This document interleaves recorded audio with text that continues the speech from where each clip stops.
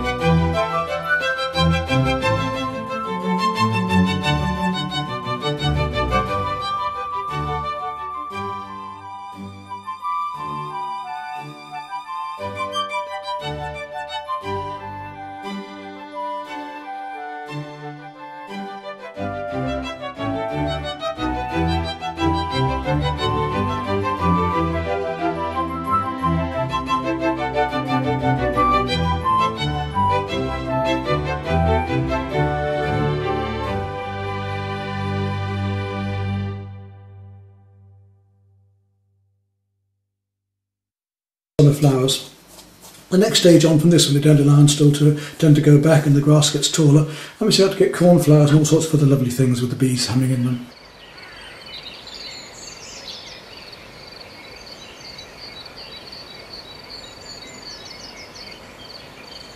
We are painting of a whole field of flowers, well, a section of a field of flowers, cornflowers and other daisies and other delights of midsummer. So how are we going to handle this? Well, I'm going to go in wet into wet as usual, just painting lines and lines and lines of grass leaves, and then gradually work into some of the darker colours behind. I know that I can pick out these lighter coloured leaves that I've already masked later on. So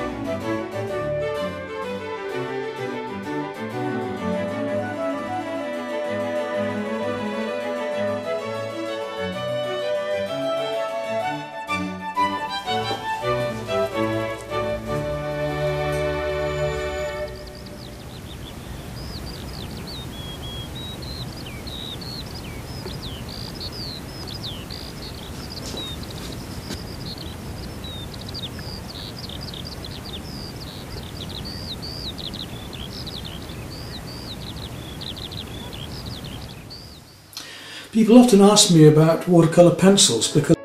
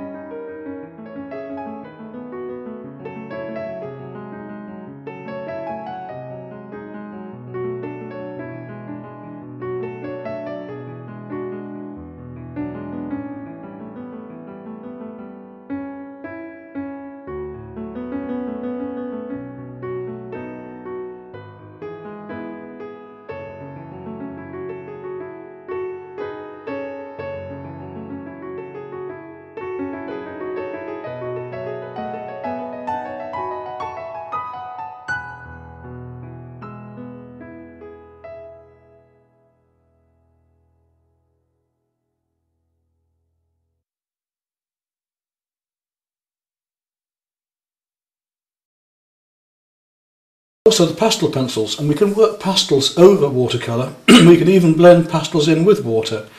I'll show you an example of that later in the whole film. But if you want to do a more delicate way of working, and I could have left that illustration at the original with just a little bit of green, white paper around it looking very delicate. I decided to work further into it, and in fact in this case now let's take some pastel pencils and just see what we can do to bring some of this out again a bit more.